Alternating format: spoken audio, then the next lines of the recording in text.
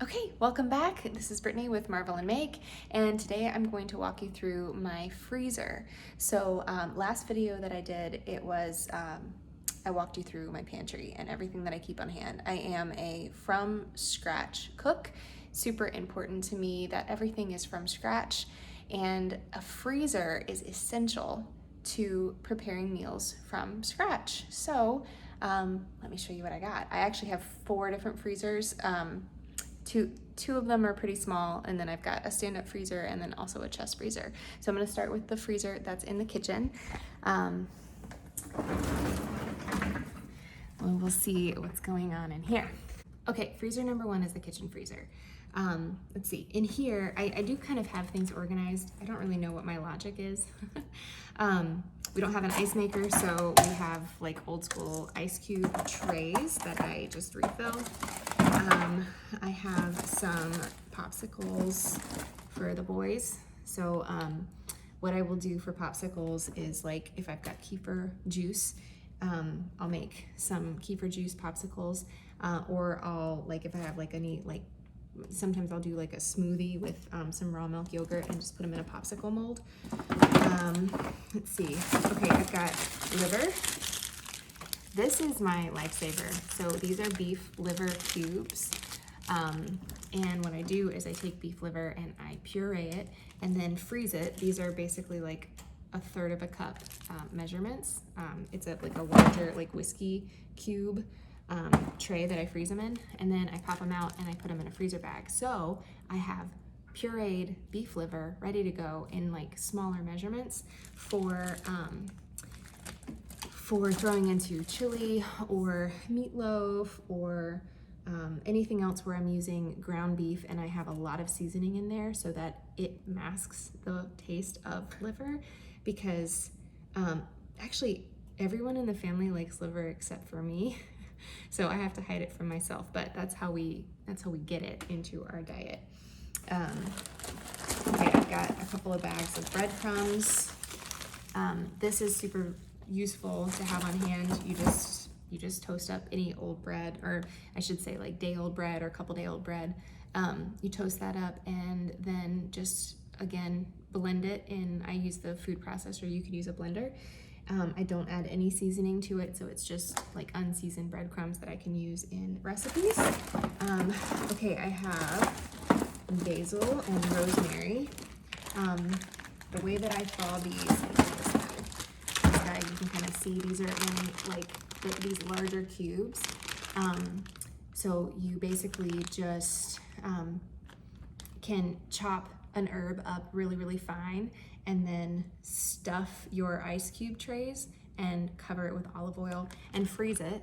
And then when something isn't in season, so like basil is a great one, that's the one I always keep on hand. I also have rosemary, like I said, because dried basil just doesn't, it's nothing like fresh basil. And I'll use those. I will like melt a cube or two and then put it on, like when I don't have basil in my garden, I'll use them. Put it on pizza. It's like the olive oil I will use obviously as well on my pizza crust, and I'll use it in like a pasta sauce, things like that. So that's a really good way to preserve herbs. All right, that's what I have on this first tray. Okay, next tray, I have veggie scraps. I've talked about this before in my blog post about how to boil a whole chicken. This is such a lifesaver, you guys. Just whenever you're cutting a vegetable and you have the ends, so like the onion end pieces, or like the piece of the celery that's like you're just not gonna use in the recipe, as long as there's nothing wrong with it, no mold or something like that, just throw it in a freezer bag. And I actually have more of these in my other freezer, I'll show you. But then when you go to make stock, you can take a whole chicken, put it into a stock pot, and then I use about 1/2 of a gallon bag of my vegetable scraps and put them in there, cover it with water, boil it, let it simmer all day. You've got fresh chicken stock. Yeah, super easy to do. All right, this is my loaded biscuits recipe that's on the blog. One of these left. I packaged these up in like 1 serving size, so my husband can take these to work. And I just wrap them in a wax paper, so it's just easy, you know, so it doesn't get freezer burnt, and it's easy for him to just grab and go. Let's see, we have some old, not old, but just, we actually need to make some more cured duck egg yolks. You can grate those up onto like whatever, salad or pasta or anything like that. Okay, I have a lot of breast milk because I am nursing, so that's there. And then I just have, I don't have to pull these out, but bags of fruit. Mostly it's fruit that we've picked, either from our own yard or from the local farm. So I've got blackberries and blueberries and strawberries. Oh, rhubarb. So I have rhubarb whenever I can find this, whenever it's in season, because it doesn't, I don't know, it doesn't grow around here, I don't think. I'm in Southeast Georgia, I might be wrong. I don't grow it, and I have tried. But anyway, when I find rhubarb that is organic, and then I stock up on it and I freeze it, and then I use it when I have strawberries to make a strawberry rhubarb jam. It's so delicious. And I don't have that recipe on the blog, but I do have a recipe for a strawberry rhubarb jam cocktail, and that's very good. So I've got that, just more fruit, and then also cranberries. I stock up on cranberries. I probably got 8 bags of cranberries in here. And then when it comes to, you know, Christmas, Thanksgiving time, I make homemade cranberry sauce. That is delicious. Moving to the next freezer. So that's the freezer in the kitchen. And then I've got a couple in the like laundry room or utility room. Okay, moved on from the kitchen freezer to I've got a second fridge, and so this is the freezer for the second fridge. And I don't have much in here at all, but this is where I usually keep my veggies. I have, I won't pull them out, but I have a couple of more bags of the veggie scraps. And then I have peas. So lima beans, this is from a local farm. I've got 2 bags of these. I have, this is from Azure, broccoli. These are really great. They're kind of like smaller pieces of broccoli. This was my first time buying it from Azure. It was like 20 bucks, I think, for a 5-pound bag. I've used it in 2 different meals so far, but I just portion out what I need and then put the rest in the freezer. I like them so far. Okay, this was a Costco find, organic green beans, and you know, I love these. I don't know what it is about them. I like canned green beans better if I can't get fresh, but these are really, really, really fine, like little green beans. I don't know, they're not my favorite. I don't think I'll buy them again. Okay, a couple more veggies. I have sweet corn, bagged corn, and spinach, and another bag of green beans. I like these ones a little bit better. These are all from the local grocery store. We have a Publix here. So this is their Greenwise brand. And last thing I have in this particular freezer is my ice cream maker bowl. So this stays frozen all the time, and then when I'm ready to make ice cream, I can just pull it out, and my ice cream mixture just goes into this frozen bowl. There's like a paddle that fits on top, and it'll churn the ice cream around. Okay, freezer number 3. This one is actually pretty boring because I only have a couple things in here. Currently we have like a lot of crab bait, like pogies and other things like that we would take and go crabbing with. So that's in this freezer. We stocked up a lot on our favorite breakfast sausage. This is from a local farm. So these people are also the people that we get our raw milk from. So we see them every week, and I used to just buy like a couple things of sausage every week, and then finally I don't remember how many I bought, 30 or 40 or something of these. It just stocked up, and we're down to maybe like 8. So I'll probably stock up either next week or the week after. But this sausage is so good. I always have a meat for breakfast, and so it's usually this one or it's bacon, or it might be something other random, like if we're doing eggs Benedict, it might be ham. And I have a whole chicken. Typically have a lot more chickens on hand. I'm down to one, but the whole chickens and like my bulk meat go in here. Also the crab bait. Okay, that's a boring freezer. Moving on to the good one with all of the meat. Okay, meat freezer. So this is a stand-up freezer. If you are in the market for a freezer, highly recommend a stand-up one over the chest freezer. A chest freezer, you just kind of, everything gets lost in the bottom. That's why we have kind of more of our bulk items in there, a whole chicken, a whole bunch of sausage, and then crab bait. But this one is just a lot easier to keep organized. So first thing, which is not technically meat, but my stock. I keep tons and tons of chicken stock or beef stock or just regular old veggie stock on hand. And then I also have right here these mason jars. Those are ramen broth. So you can freeze in a mason jar, just make sure you leave a lot of room for it to expand when it's freezing. Okay, in the door, I'm actually pretty low for us on meat, but I'll show you what I got anyway. I've got ground lamb and ground goat. I don't necessarily care for either. I bought these pretty recently and I'm going to just try to incorporate it into our diet. I did hear that you can't just replace ground goat or lamb in a like a ground beef recipe. Like you can't just throw this into a pasta sauce. You could, but I have heard that it'll just taste weird. So so I don't know. I want to look up some recipes and see what I can do with this that maybe I will like. This top shelf is a lot of items that are like packaged food, like store-bought, so not bought from a farm.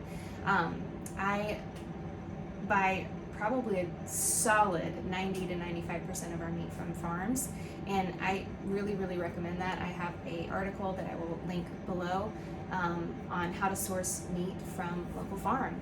It has made a huge difference to us. It's better for the economy, it's better for your health. I highly recommend it.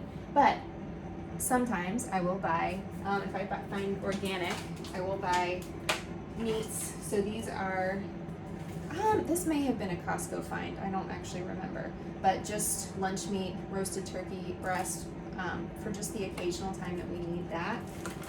So I have a couple packets of that. Okay, and then I have a bunch of packaged like hot dogs. So nothing fancy here, just like Nathan's hot dogs, Johnsonville beef brats. This one was an organic one that's, I don't even know, it's probably not going to be very good, we'll see, but it's spinach chicken sausage, and I was just maybe hungry when I bought it, and I'm gonna try it. So a couple of those. I also have packaged bacon. I keep bacon on hand. This is again from Publix. This bacon is probably not like the good stuff as far as what you want to be eating, but it is really tasty. It's the Greenfield brand, and it was whenever it is on sale, because Publix will do like a buy one get one or buy two get one or something like that. I'll stock up, so I've got 4 packs of that.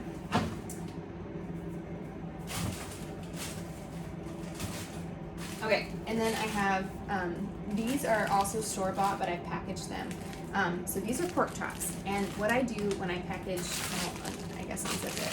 What I do when I package meat is just like I do with the breakfast loaded biscuit, is I will wrap it in a wax paper. So this is like 7 or 8 pork chops all stacked and then wrapped tightly so they won't get freezer burnt. So you don't want to take a pack of like if you do buy ground beef at a grocery store, you don't want to take the whole pack that's they got that plastic cover on top and it's in that like foam styrofoam type box and just put it in your freezer, because it's going to get freezer burnt. You want to package it like that. So I do that with the pork chops. This is steaks. I've done the same way. So I just wrap them really tightly and then freeze them. Okay, so we did just go to actually the farmer's market, where one of the farms that I like to buy from is usually a vendor, and I stocked up on a lot of things from them. One of the things that they have is fajita meat. This is really nice. If you've never worked with fajita meat, it's different cuts, but they slice it really thin, so you can just take it right out of, like once it thaws, you take it right out of the package, and it's just in these like strips. Not like skinny strips, but like a, kind of like a circle. And so you can grill it or cook it, and it takes, I mean, just minutes. Really good. And then you can slice it up and use it obviously for fajitas or maybe like a pasta dish. So I got quite a few of those. The other thing I like about this is that it's frozen thinly, so it will thaw a little bit quicker. There are always items that if I'm like, oh my goodness, it's 3 o'clock and I hadn't even thought about setting a meat item out for dinner, then I will grab something that is packaged more thin and will thaw quickly. So I have a bunch of those, and a bunch by, I mean 4. I think I bought 6, and we've already used a couple. This is from that same farm. This is a Boston butt, and I've got 2 of those in here. So obviously, again, if I'm going to make a Boston butt for dinner, then I'm gonna need to thaw it either like bright and early in the morning or the day before, because it's a big chunk of meat to thaw up. Okay, I've got 3 Boston butts in there. Soup bones, I have 3 bags of these soup bones. So obviously you can make soup. You can also, these are beef soup bones, so I will use these for sure. When I do use them and I pull the meat off for whatever I'm gonna be making, I will definitely use the bones and make some beef stock. And you do it the same way you do chicken stock.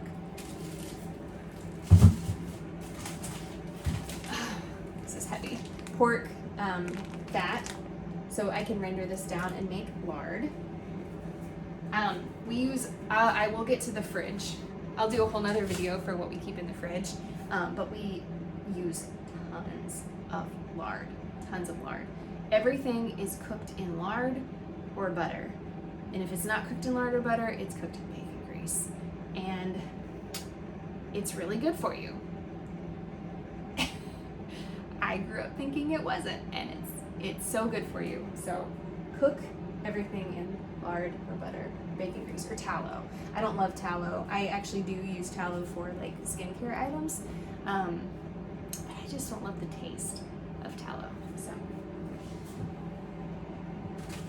okay, these are also my organ meats down here. So I have beef liver. Beef liver I will do like I showed you, puree it and freeze it that way. So yes, I will refreeze it, and no, I have not had any issues with that. And also liver pate. We've been doing a lot of liver pate lately, and I am planning on writing a recipe for that, but it's super simple. It's just kind of sear the outside of the liver really, really quickly, and I add, again, a lot of butter, and I also cook some garlic and some onion, and then just blend it all together, and we eat it on crackers. And it's really good. Beef kidney. I haven't used beef kidney yet. This was actually a mistake. The people that I get my ground beef from included beef kidney. So I'm gonna try it. I'll let you know. Sweetbread, beef sweetbread. Also have not tried this. I am just trying to be a little bit more bold. Yeah, I need to use this up. Okay, pulled random meat out that I'm totally not sure what this is, but I'm thinking that it is pork liver. Pretty sure this is pork liver. And this we will use for boudin. We're almost done, just like 2 items left.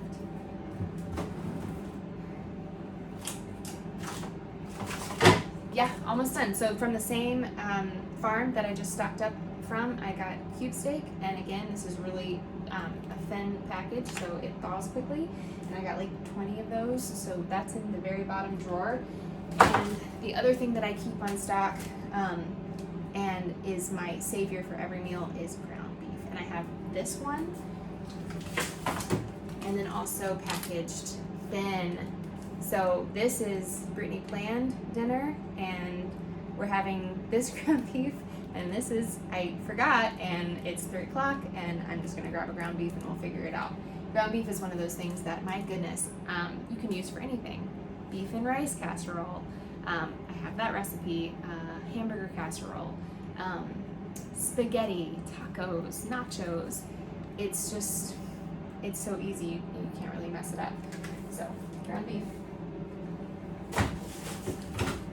That's it. Those are my freezers. There's so many things that you can freeze, and I'd love to know what you freeze, because I'm always looking for more and more to add to the freezer. Again, being a from scratch cook, I have to freeze a lot of items. We also live way out of town, and we also buy like almost everything from local farms. So with that, I have to plan. I have to, buy in bulk, stock up, and plan my meals a little bit better, but a freezer really allows for that. Thanks for watching. Let me know what you thought of the video in the comments, give it a thumbs up, and tell me what you keep in your freezer.